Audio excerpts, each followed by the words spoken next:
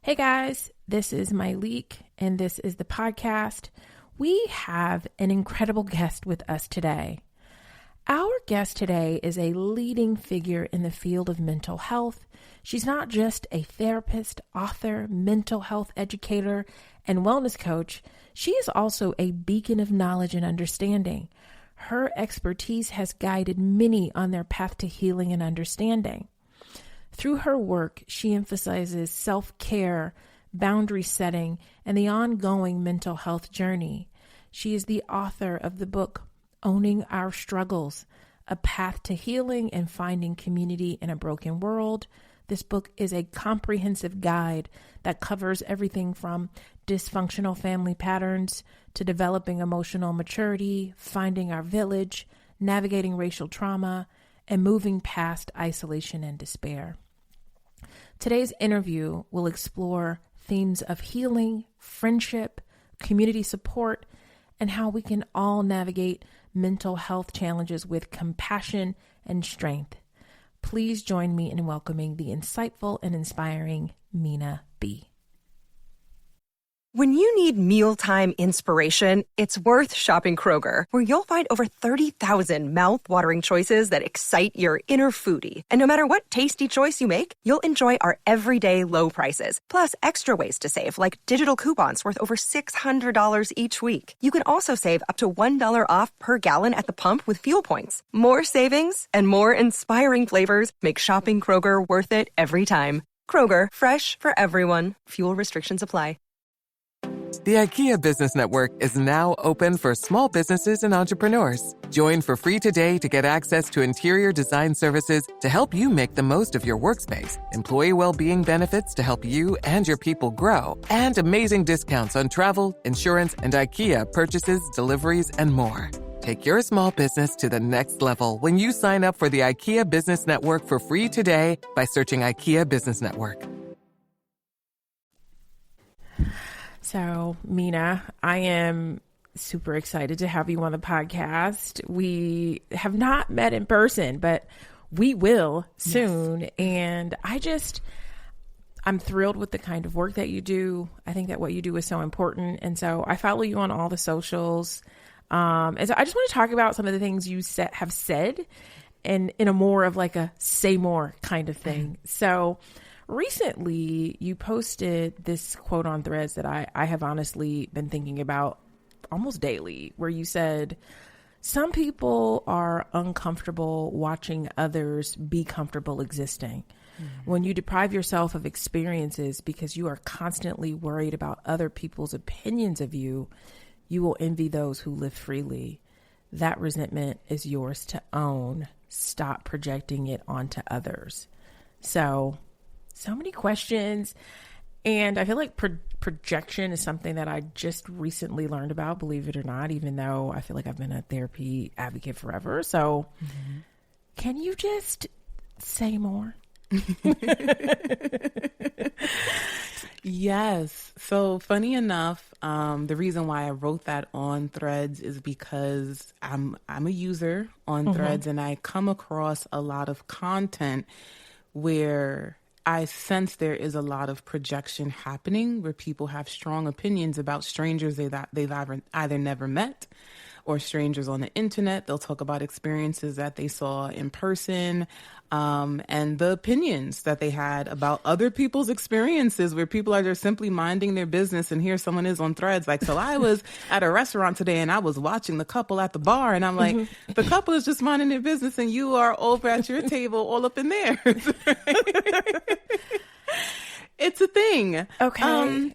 And what is projection? Because I've heard people say that, and it wasn't until a therapist said, oh, that person's projecting. I'm like, I didn't know what that meant. So what does that mean? What are we doing when we do that?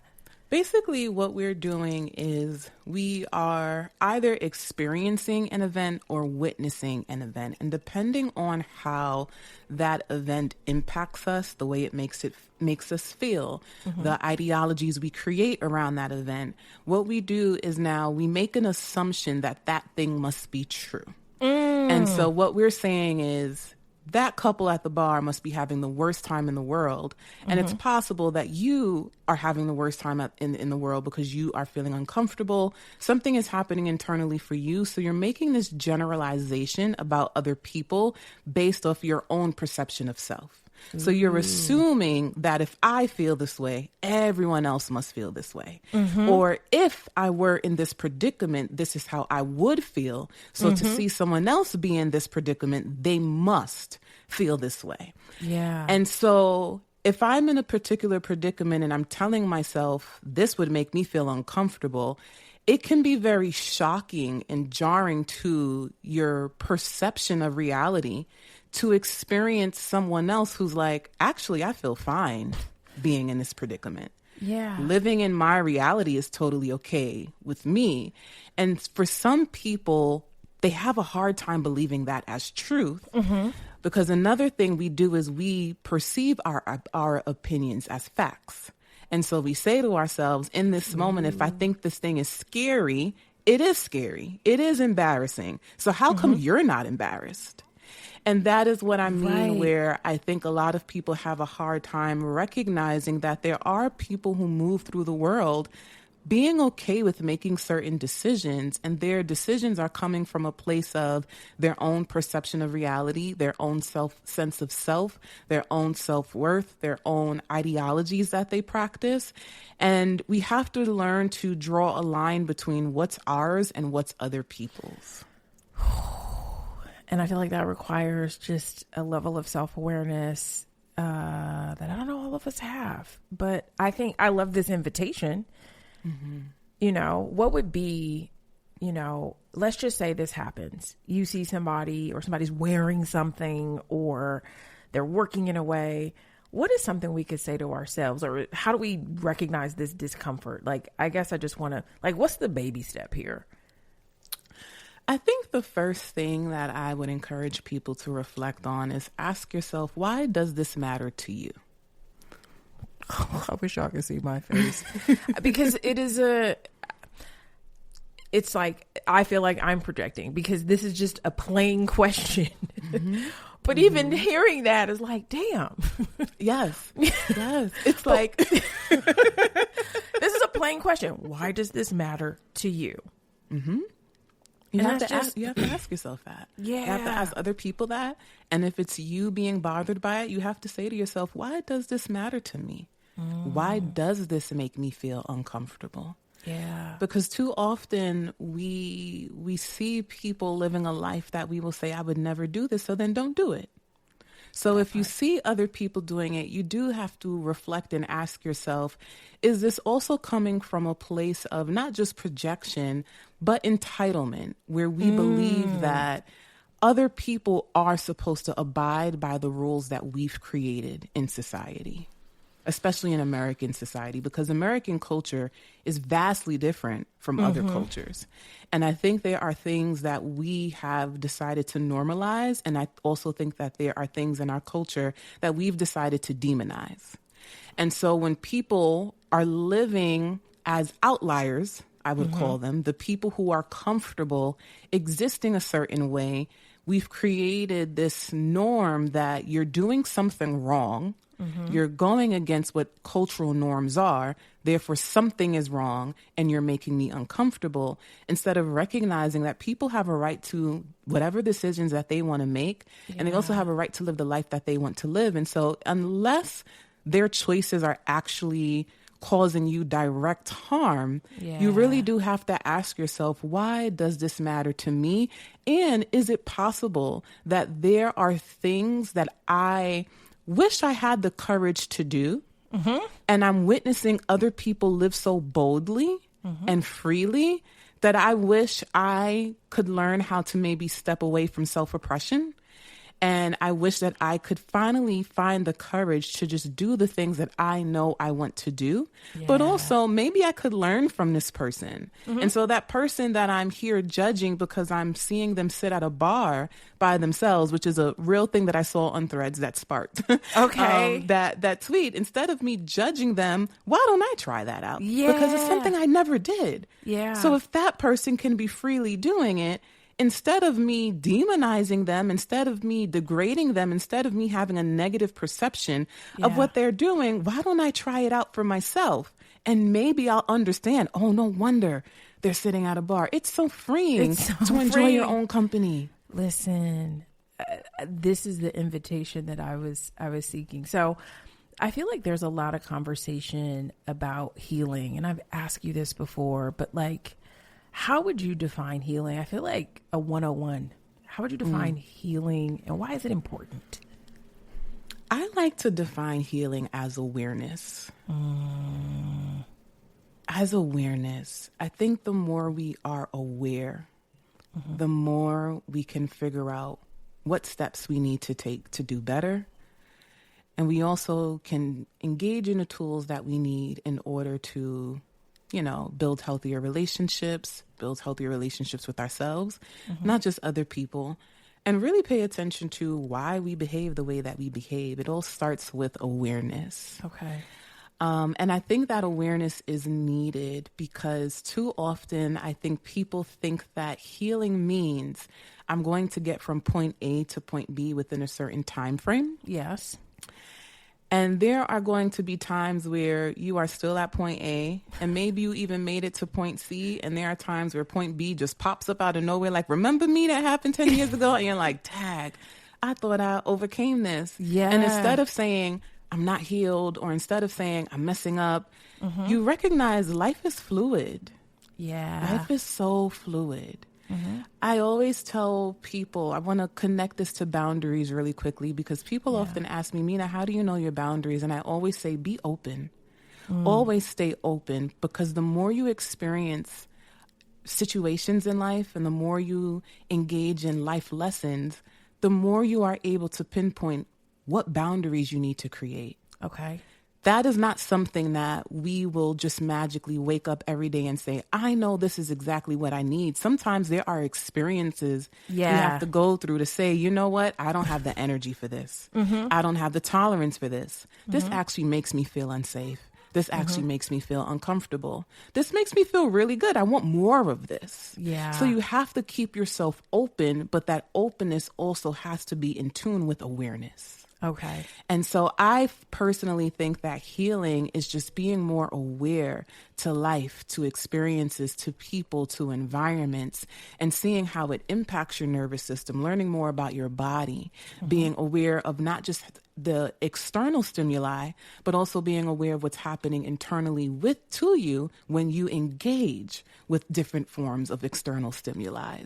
And when we can pay attention to that dance, we can recognize, all right, what steps do I need to take so that movement can be fluid versus feeling like life is so overwhelming and creating this idea that I'm this self-improvement project and I'm always messing up and I always got to do this and that and I need to be in therapy for the rest of my life.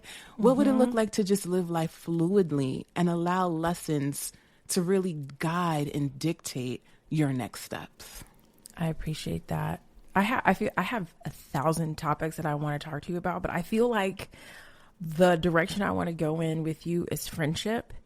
And there's something that you wrote and you said, when did we rebrand acquaintances as low maintenance friendships, and why?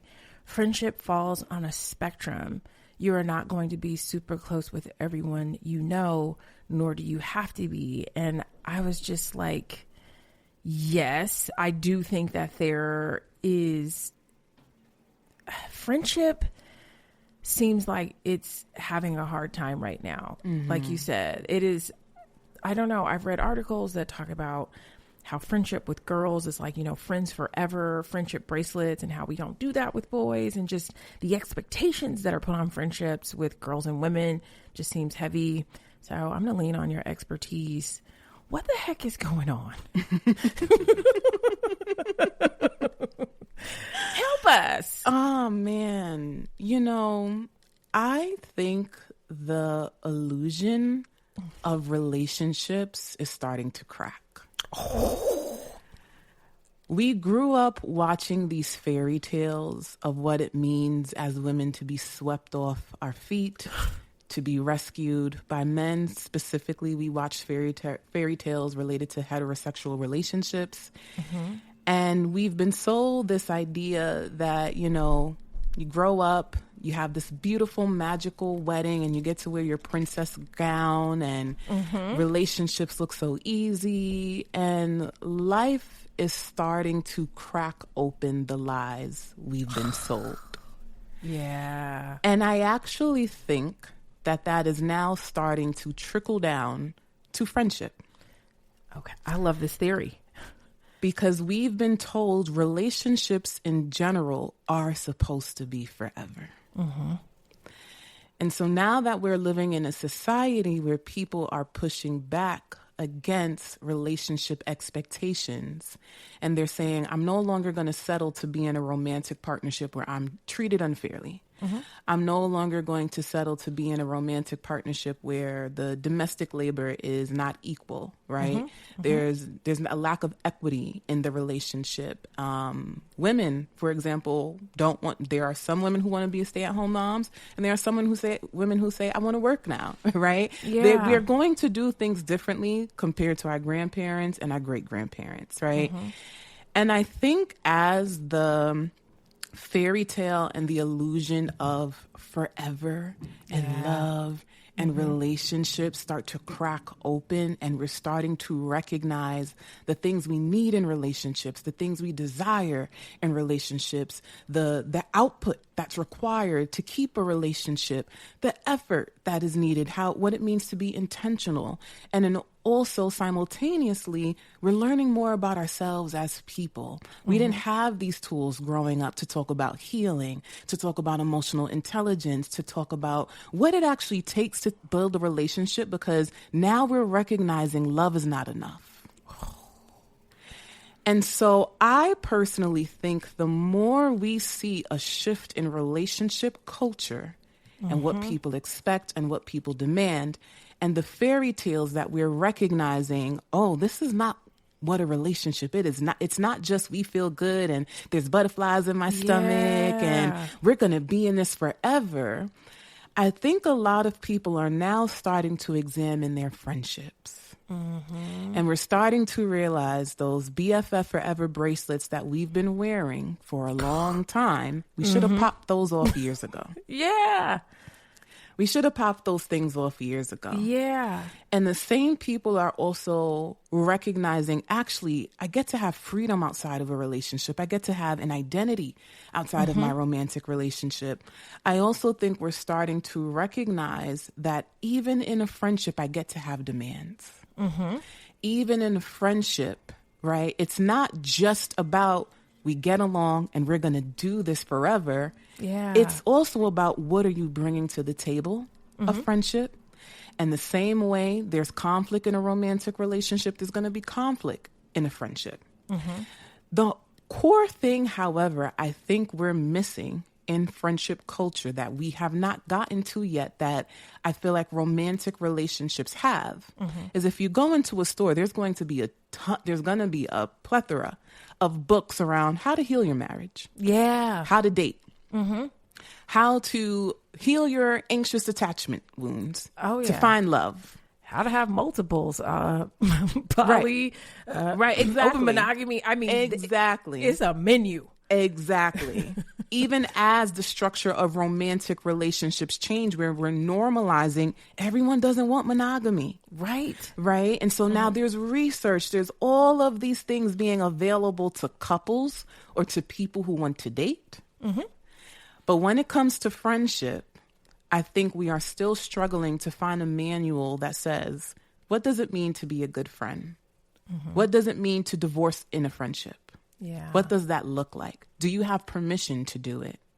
What does it look like to communicate what your needs are in a friendship the same way we preach to people you should be communicating to your partner? Yeah. You should be talking to your partner about the things that you need. When there's conflict, here's how to deal with conflict in a romantic relationship.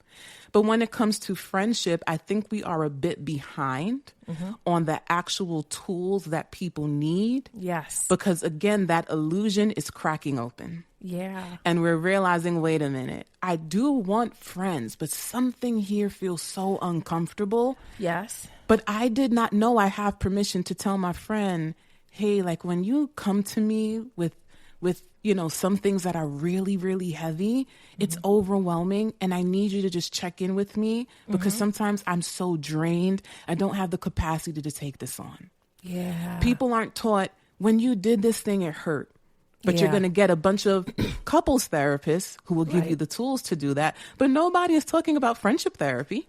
They're not. I hope that, I hope that you write a book because it's needed, Needed. I think you also said something that I want to just tack onto this before we move on. It's like somebody asked, what does friendship over 30 look like? And anytime, similar to what you said, like a projection, what does that mean to you? Why does this matter? Why does 30 matter? Why does 40 matter? But I loved your answer.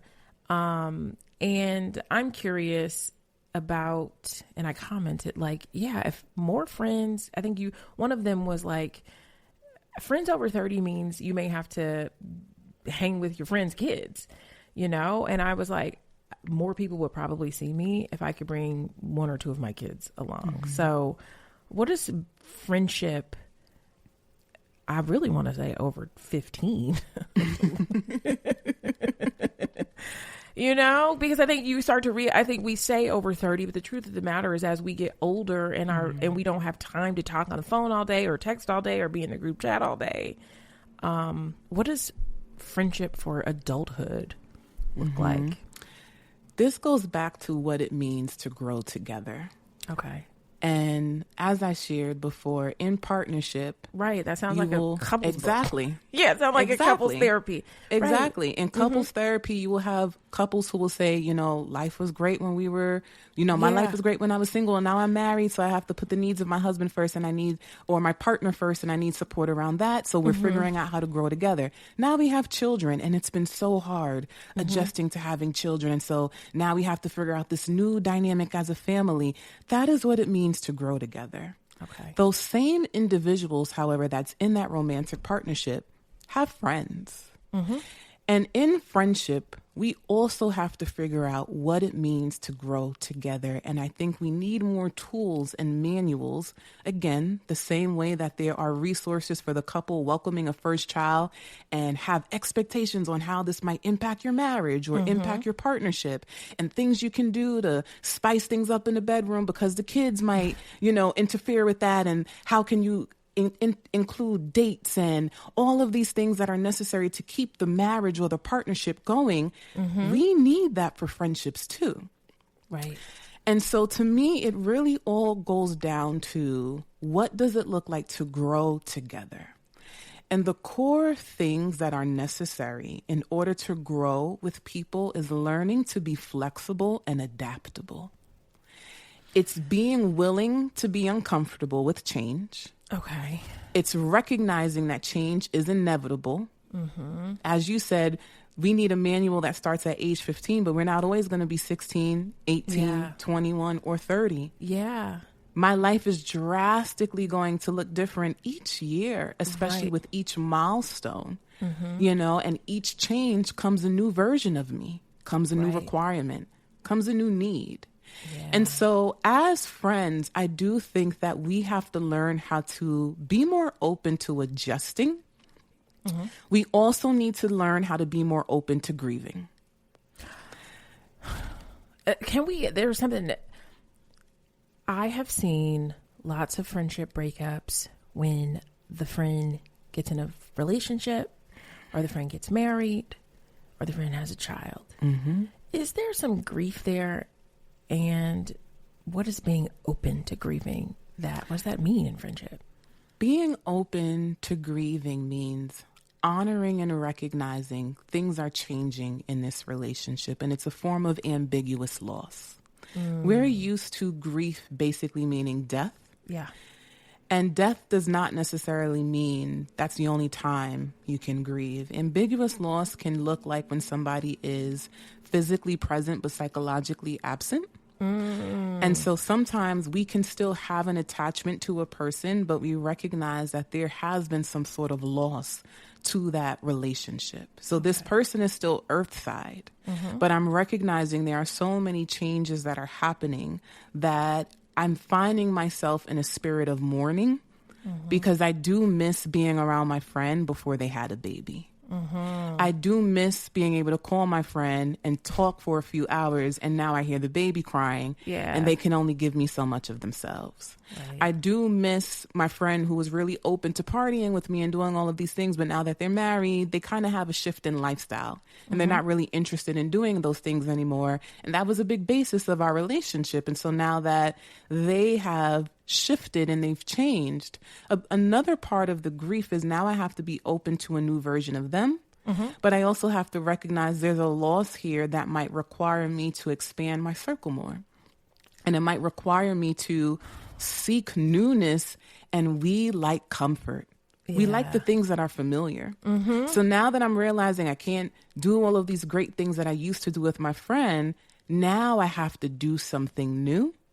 And trying new things are very hard for people. Yeah. We want things to just stay the same. So what we're saying is, Myleik, why can't you just adapt? Can you just find a way to call me when the baby is sleeping? Like, please don't make me have to go out there and start over and find someone to include into this because I want it to be you. And sometimes that battle shows us that we are still trying to cling to something that's not there anymore. And we got to let it go and just mourn. It's okay to cry if your friend gets married. I think a big part of this too, Myleik, is that we are now in a culture where if people experience a negative emotion towards someone else's happiness, we are seen as an envious friend. Yeah, hater. We're a hater. So if you're getting married and you tell me, not only am I getting married, but me and my husband are going to move to another state, and I cry and I'm angry and I'm sad, I'm told I'm not supposed to react like that. I'm supposed to be like, oh my God, popping bottles, like order, and it's like, no, maybe it's I don't okay feel to be that human. way. It's okay to be human. And it's okay to be human. Yeah. It's okay to remember that two things can be true at once. I can love you and want the best for you and also grieve the part of you that I'm about to lose. Yeah. And when I'm grieving, like when I'm grieving, I'm going to be sad. I'm going to have some questions, you know? And I think that we need to make more space for that as the individual experiencing it. But I also think the friend on the opposite side also has to be open to recognizing there are going to be times where my friends have an emotional reaction to the things that I'm doing and the changes that I'm making that don't feel good to them. Right. And can I make space for that? I can't fix it for them, but can I sit with them in it and make space for it without judging them for having the emotions that they have? Yeah. That's so grown up. I'm so glad that I have you here to talk about this. So in the past two conversations that we had, you talk about, okay, you might have to do something new and doing new things is hard. And so we talked about bargaining for belonging, which I think is sort of the hardest thing. You know, I am a person who has hosted events and there's always talks of like boss brunches and all these different things. And I have a quote from the last time we talked that I'm going to use. It's yours, and then I'm going to have you tell us more. But you said, too many of us walk into certain spaces and think I have to bargain to belong. I have to bargain to be welcomed. And it starts off with this feeling that I feel uncomfortable here. And because I'm telling myself that being uncomfortable means I am unsafe, your brain is saying, all right, well, if you feel unsafe, what do we need to do to self-protect? And that just moved me in such a way. So doing new things is hard, especially when if I'm going to go to this mixer or this thing with people that I want to belong to, I'm now bargaining. What does that mean? And how do we not do that? Yeah. So I think sometimes bargaining looks like feeling as if we have to show up a particular way in a particular environment in order to be seen, heard, or valued. We feel like we can't be authentic. We can't genuinely be ourselves we kind of have to put on this mask in order for people to give us time, energy, or attention and say, you can sit at our table. I want to interrupt because as a person who's on Threads, I feel like this is so true. And I feel like what I've been seeing is people complaining about their friends when I'm like, you entered this group with your mask on and now you're surprised at who they are. I'm sorry. I'm just saying. Exactly. That's why I'm saying awareness. Awareness. When we're lacking the awareness, we fail to realize how that really shifts the trajectory of our lives. And I think another thing people fail to realize is there are times where we walk into the room with the mask and time goes on and now we're exhausted and we don't want to wear the mask anymore. So we take it off. But the other people are blindsided by this version of you. Yeah. And now you're upset, but you don't realize you also deprived them of the authentic you. So now you're clashing with each other because you're like, I want to be seen this way. I want to be seen this way. But for the last 5 years, I've only known you one way.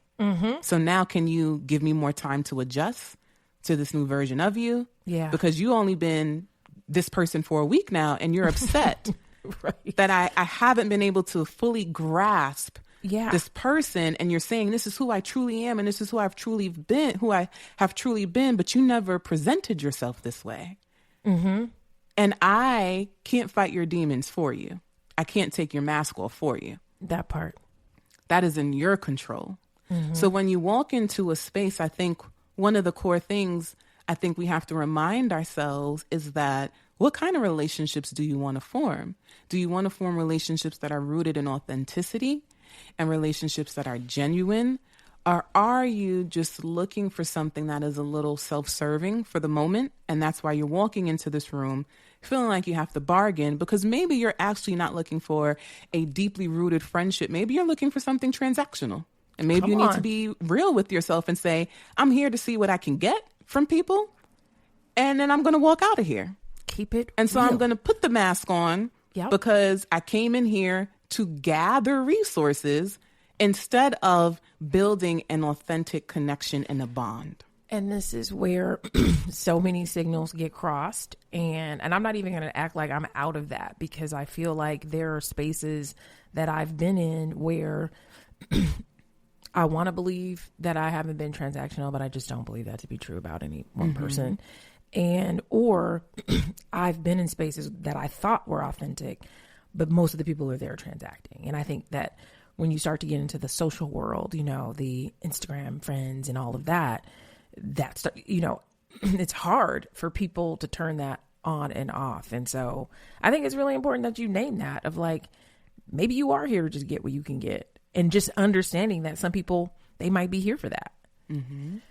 Exactly. Yeah. Goodness. Jeez. Okay. So just showing up more authentically. What I love, I mean, the name of your book, Owning Your Struggles, I think something that in the short period of time that I've talked to you, healing in community just seems like something you understand in such an amazing way. Why is it important for us when we talked about healing at the top of this episode? What is the importance of healing in community? Well, that's because we are biologically wired for connection. And so it is a part of our humanness. It is literally a part of our innate design to be connected to people. We are tribunal people.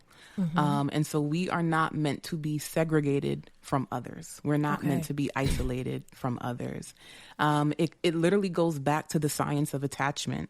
A child doesn't grow up feeling secure, left alone to fend for themselves. They grow up feeling secure because they have a parental unit that is tending to their needs. When they cry, they're fed, they're changed, they're soothed, they're all of those things. And that helps to build their self-esteem. It helps to build their confidence. It helps to shape them so much because they need that connection. And I want people to remember that connection doesn't stop once we turn 18. connection is important through the rest of our lives. Okay. And healing in community is so important is because no matter where we go in life, we have relationships. Relationships is a big part of who we are. And I'm not only talking about romantic relationships, because I think people tend to put a lot of emphasis on healing so that you can get in a romantic relationship. Oh, gosh. Yes. And there are a lot of people who have to remember that healing in community looks like having a thriving friendship group, Okay. right? Being in third spaces where you are socializing, which What can are be a third great spaces? way. I'm sorry. So this is a term related into sociology, which basically means our first space is our home environment. Okay. Our second space is our work environment because it is the second most common space that we frequent. And then third spaces are supposed to be social spaces that we frequent as well, outside of the home and outside of work as a way to build connection. So a Okay. third space could literally be your local coffee shop that you visit frequently. Okay.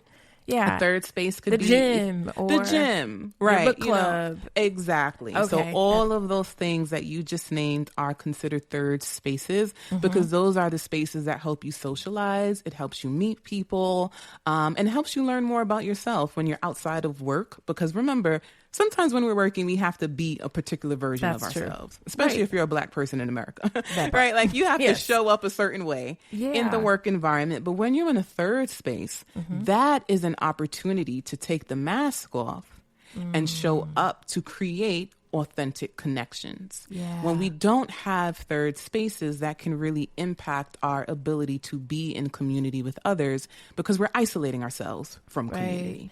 And I do remind people the importance of it now post-pandemic because a lot of people shifted to working from home now. So you don't have the physical work environment where you got camaraderie, you went out for happy hour after work and all of those things that you used to do. Now people, their first space has become their second space. Yeah. And they're home with just their partner and maybe their kids, and they don't realize the reason why they feel so dysregulated and they're feeling the things that they're feeling is because they're not getting the social interaction that they need. Okay. So many spaces got collapsed during the pandemic. And so Yes. now it's really, I mean, I'm taking notes of this, of like just making the effort to create more spaces. So before we get out of here, can you tell us about, your book, Owning Your Struggles? Because this interview was divine, but like, what can people expect when they pick this book up? So the core premise of the book is how to heal from trauma through community care. Okay. And what made me want to write a book that was specific to community care is I wanted to really put a lot of emphasis on we-centered healing versus I-centered healing. Okay. I'm really happy that over the last few years, therapy has become very popular and people are more vocal and open to going to see a therapist because it's healing. It's a very cathartic thing to be a part of to help you learn more about yourself. Yes. But one of the things that I find as a therapist who has done group therapy as well as a therapist who has done individual therapy is sometimes we can go to individual therapy to specifically focus on us and the things people have done to us without really reflecting or divulging information to be mindful of the ways we treat other people. Cool. Right. Yes. Yes. And you don't see that until you get in a group setting. Exactly. Yeah. And I remember when I was in group therapy, managing a group of it was maybe 11 to 12 people who had to meet 4 days a week on a weekly basis for about 8 months straight. 4 days a week. And man, when I tell you, What kinds of things come up in groups that you notice? so it's subtle things. Like Okay. my leak will be talking and I look over and I notice, I'll just say a random name. Rebecca is rolling her eyes. Well, I'm not going to let that slide. Right. What's that Rebecca, about? I noticed your body language shifted a little when you heard my leak talking. Can you tell us what's happening for you? Okay. See, and we don't get to see that Right. when you by yourself are coming to therapy. You're complaining about your family, and you're venting and you're saying all the things people have done to you. But we're not really getting a full picture of how you're showing up in the world, how you treat people, how you respond to people. And so in group therapy, I found that that was the most cathartic thing, because another thing is we have to talk about it. And so, Rebecca, if you're not ready to talk about it in today's session, I'm bringing it up tomorrow. Because I didn't forget the eye roll. So we need to unpack in this room. Did she make a comment that made you feel uneasy? And maybe you'll finally have the courage to say yes. Right? And so when I was practicing with my clients in group, this was specifically at a substance abuse treatment center. And so you're trying to help people be abstinent and abstain from drugs and abstain from alcohol. And often trauma and often abuse and utilizing substance abuse comes from relational wounds that causes us to now self-deprecate and self-harm. So because I can't deal with the things that I've gone through, or the trauma is so overwhelming, I've decided to use drugs. I've decided to find some form of escapism. But now I'm in this room and I can't escape because Minaa just saw me roll my eyes. Minaa just saw me huff and puff. This person just said something, and maybe traditionally outside of this room, I would be passive aggressive. But in this room, I have to talk about how someone made me feel. Maybe you made a comment. And so in a group therapy session, you learn conflict resolution skills. You learn relational building skills. You learn the act of reciprocity. Why is Myleik the only person sharing and being vulnerable today? Can you all imagine what it must feel like for Myleik to divulge such intimate information about herself, but nobody wants to reciprocate that? Maybe that's a little isolating for her, but I also wonder if other people can feel brave enough to do what she's doing. So now you're mirroring to people. This is how you come off in a friendship. Maybe you have a friend who's doing all of this sharing and trying to develop intimacy with you, and you're just a wall. See? And so now we get to mirror and show outside of this room, is it possible that this is how you show up in your relationships? And maybe this is why you're struggling. And see, these are the things you get to see as a therapist in the group. Now we're cooking. Now it's like, and now we can accelerate you getting closer to the life that you want to live, because it's not just about, it's not just about you and what everybody's doing to you, because we're all doing something to somebody. And let me tell you, if you are someone who has gone through trauma, there's a strong likelihood that it's possible that you could have played a role in someone else's trauma. Damn. Because traumatized bodies have the potential to traumatize other bodies. That's right. And so that is why I wrote this book, because every single chapter is an ability to talk about a difficult situation, but to also hold up a mirror and say, there's a time when I'm a victim, but there also might be a time where I'm the villain. And can I own that? Can I sit with that? Can I forgive myself for that? Because that's why I talk about the importance of self-forgiveness and self-compassion in the book. You know, it kind of goes back to this feeling of everyone is doing all of these affirmations. I deserve, I deserve, I deserve. And that's beautiful to recognize what you deserve. But guess what? Myleik deserves too. The people in your life deserve too. We're all in the mirror saying, I deserve. So we have to be mindful to recognize there are certain requirements I have in a relationship, but the other person has requirements too. And what does it look like for me to be flexible and compromise to recognize this is not just about me? If I want relationships, can I use discernment to recognize what I give to people and what I want to receive in return?